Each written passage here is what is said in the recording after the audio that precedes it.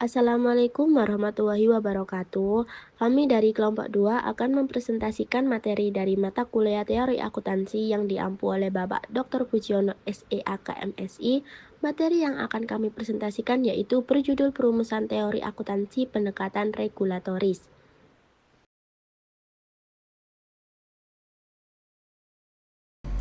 Materi pertama yaitu entitas yang berkepentingan dengan standar akuntansi, terbagi menjadi beberapa entitas. Yang pertama yaitu entitas internal.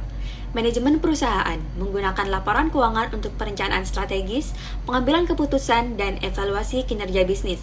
Selanjutnya, pemilik atau pemegang saham membutuhkan informasi akuntansi untuk menilai profitabilitas dan nilai investasi mereka. Selanjutnya, karyawan dan serikat pekerja menggunakan laporan keuangan untuk menilai stabilitas keuangan perusahaan yang berdampak pada gaji, tunjangan, dan keberlanjutan pekerjaan. Kedua, yaitu entitas eksternal. Investor menganalisis laporan keuangan untuk menentukan kelayakan investasi dalam suatu perusahaan. Kreditur dan lembaga keuangan, yaitu bank dan lembaga keuangan menggunakan standar akuntansi untuk menilai kelayakan kredit dan risiko peminjaman dana. Selanjutnya, pemerintah dan regulator pajak. Otoritas pajak memerlukan laporan keuangan yang sesuai dengan standar akuntansi untuk menghitung kewajiban pajak perusahaan. Selanjutnya, badan pengawas dan otoritas regulasi, seperti Otoritas Jasa Keuangan, yaitu OJK, dan Bursa Efek Indonesia atau BEI yang mengawasi kepatuhan terhadap standar akuntansi di pasar modal dan sektor keuangan. Selanjutnya, entitas yang mengembangkan dan mengawasi standar akuntansi.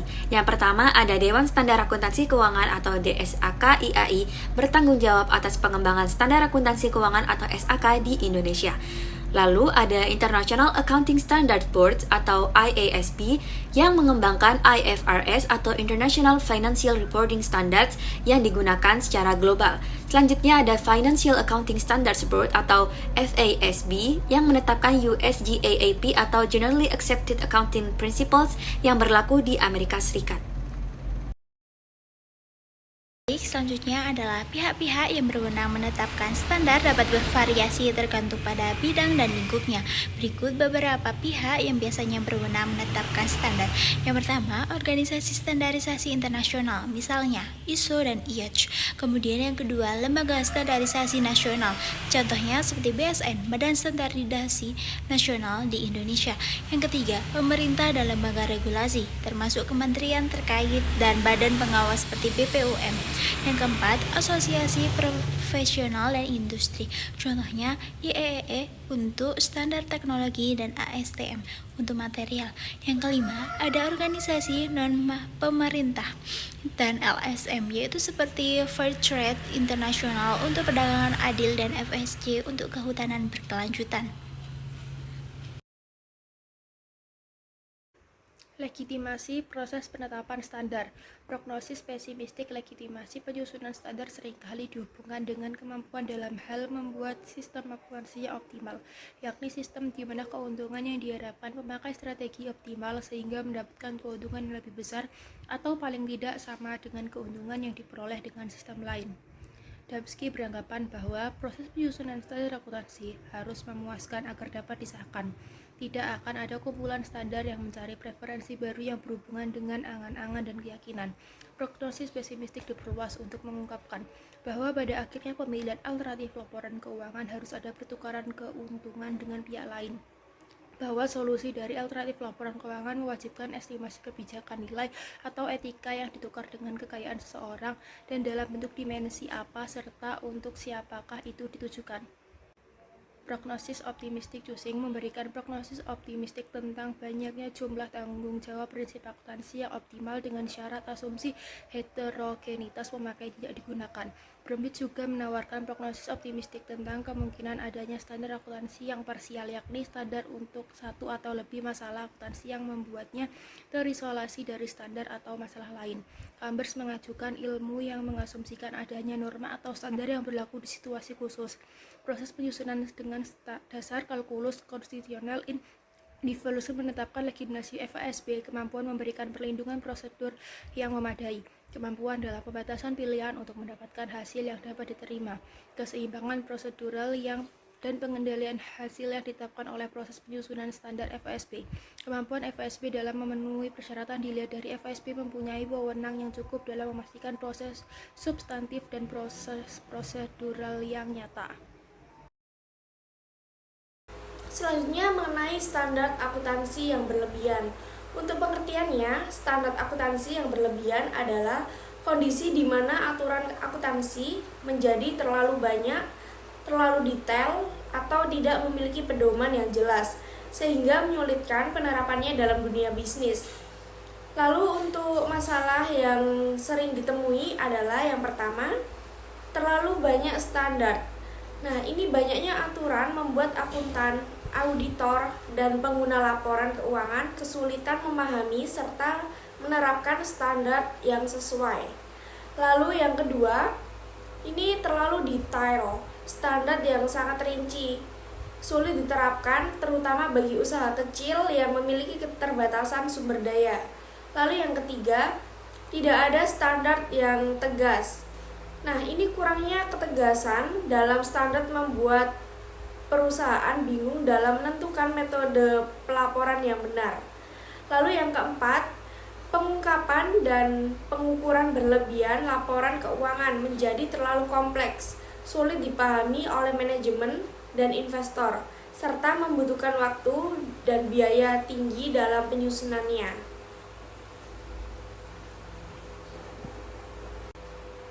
Selanjutnya tentang dampak standar akuntansi yang berlebihan. Yang pertama, beban kerja tinggi dan potensi kesalahan meningkat. Nah, akuntan harus mengikuti terlalu banyak aturan sehingga kehilangan fokus terhadap prosedur dasar dan rentan melakukan kesalahan. Lalu yang kedua, kebingungan bagi pengguna laporan keuangan. Investor dan manajemen sulit memahami laporan karena terlalu banyak informasi teknis yang tidak selalu relevan bagi pengambilan keputusan bisnis. Lalu yang ketiga, beban biaya tinggi bagi perusahaan kecil.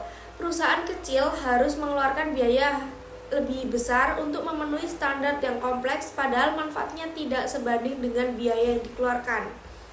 Berikut ada juga beberapa contoh kasus yang diantaranya yang pertama, perusahaan kecil yang harus menyusun laporan keuangan dengan standar yang sama seperti perusahaan besar, meskipun aktivitasnya dan skala bisnisnya jauh lebih sederhana. Lalu yang kedua, manajemen perusahaan yang mengalami kesulitan memahami laporan keuangan karena terlalu banyak pengungkapan yang kurang relevan bagi operasional mereka.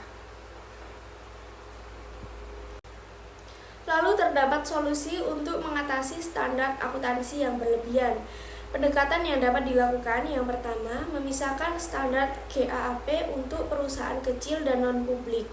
Membuat aturan yang lebih fleksibel bagi usaha kecil agar tidak terbebani standar yang terlalu kompleks.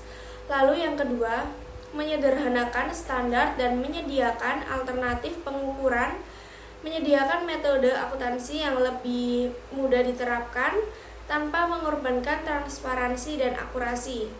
Lalu yang ketiga, mengurangi pengungkapan yang tidak esensial.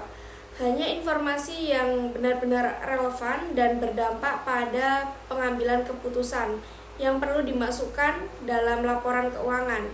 Lalu yang keempat, menyesuaikan standar CPA agar lebih relevan dengan bisnis modern, memperbarui praktik audit dan pelaporan agar lebih sesuai dengan kebutuhan perusahaan saat ini.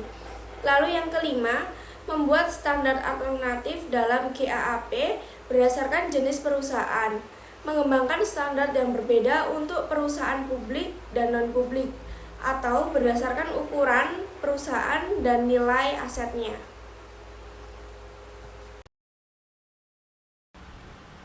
Selanjutnya ada pilihan dalam akuntansi dan faktor yang mempengaruhi. Prinsip dasar pilihan dalam akuntansi yang pertama, akuntansi menyediakan berbagai metode dalam pengukuran dan pelaporan keuangan. Yang kedua, pilihan akuntansi harus mencerminkan substansi ekonomi daripada hanya mengikuti aturan formal. Yang ketiga, standar akuntansi seperti IFRS dan GAAP memberikan fleksibilitas dalam beberapa kebijakan akuntansi. Selanjutnya ada faktor yang mempengaruhi pilihan akuntansi. Yang pertama, regulasi dan standar akuntansi. Otoritas akuntansi menentukan pilihan yang diperbolehkan. Yang kedua, tujuan pelaporan keuangan. Perusahaan memilih metode yang paling sesuai dengan tujuan laporan mereka. Yang ketiga, tekanan pasar dan investor. Keputusan akuntansi dapat dipengaruhi oleh ekspektasi pemangku kepentingan. Yang keempat, pertimbangan pajak. Beberapa metode akuntansi dipilih untuk mengoptimalkan kewajiban pajak. Selanjutnya ada contoh pilihan akuntansi dan dampaknya. Yang pertama, metode penyusutan aset. Ada dua metode utama dalam penyusutan aset. Pertama, metode garis lurus, di mana beban penyusutan tetap setiap periode. Kedua, metode saldo menurun, yang memberikan beban penyusutan lebih besar di awal dan lebih kecil di akhir. Dampaknya, metode yang dipilih akan mempengaruhi laba bersih dan posisi keuangan perusahaan. Selanjutnya yang kedua, pengakuan pendapatan. Ada dua metode dalam pengakuan pendapatan. Metode persentase penyelesaian, di mana pendapatan diakui secara bertahap sesuai progres proyek. Sedangkan metode penyelesaian penuh, pendapatan baru diakui ketika proyek telah selesai sepenuhnya. Dampaknya, pilihan metode ini mempengaruhi profitabilitas serta arus kas dalam laporan keuangan.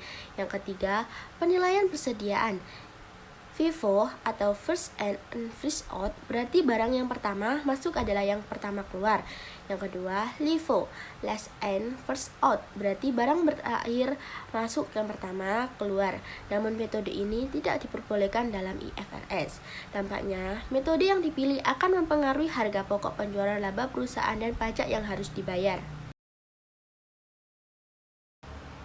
Selanjutnya ada strategi penetapan standar akuntansi di negara berkembang. Tantangan dalam penetapan standar, yang pertama, keterbatasan sumber daya dan infrastruktur akuntansi. Yang kedua, ketergantungan pada investasi asing dan kebutuhan transparansi. Yang ketiga, perbedaan dalam sistem hukum, ekonomi, dan budaya. Yang keempat, kurangnya tenaga profesional akuntansi yang terlatih. Selanjutnya ada faktor yang harus dipertimbangkan. Yang pertama, keselarasan dengan IFRS, memudahkan akses ke pasar global. Yang kedua, fleksibilitas regulasi, menyesuaikan dengan kondisi ekonomi domestik. Yang ketiga, dukungan pemerintah dan institusi, penting untuk keberhasilan implementasi. Yang keempat, edukasi dan pelatihan akuntan, meningkatkan kualitas penerapan standar akuntansi. Selanjutnya ada pendekatan strategis dalam penetapan standar. Yang pertama, adopsi atau adaptasi IFRS. Ada dua pendekatan dalam penerapan IFRS. Pertama, adopsi penuh, yaitu mengikuti IFRS tanpa perubahan. Keuntungannya meningkatkan kredibilitas global perusahaan dan transparansi laporan keuangan. Yang kedua, adaptasi parsial, yaitu menyesuaikan IFRS dengan kebutuhan domestik agar lebih relevan dengan regulasi dan kondisi ekonomi suatu negara. Yang kedua, penguatan infrastruktur akuntansi. Implementasi IFRS harus didukung oleh penggunaan institusi akuntansi nasional untuk memastikan standar dapat diterapkan dengan baik. Selain itu, kapasitas regulator dan auditor juga harus ditingkatkan agar pengawasan lebih efektif dan akuntabilitas lebih terjamin. Yang ketiga, kolaborasi dengan lembaga internasional, kerjasama dengan IFRS, Foundation, World Bank, dan IMF sangat penting dalam proses adopsi standar akuntansi global. Dari kolaborasi ini, negara dapat menerima bantuan teknis dan pelatihan, sehingga implementasi IFRS lebih efektif dan terarah. Yang keempat, tahapan implementasi yang bertahap. Penerapan IFRS biasanya dimulai dari perusahaan besar dan sektor keuangan karena memiliki sumber daya yang lebih siap. Setelah itu, dilakukan evaluasi dan perbaikan sebelum penerapan secara lebih luas ke sektor lainnya. Sekian, terima kasih dari kelompok kami. Mohon apabila terdapat salah dan kata. Wassalamualaikum warahmatullahi wabarakatuh.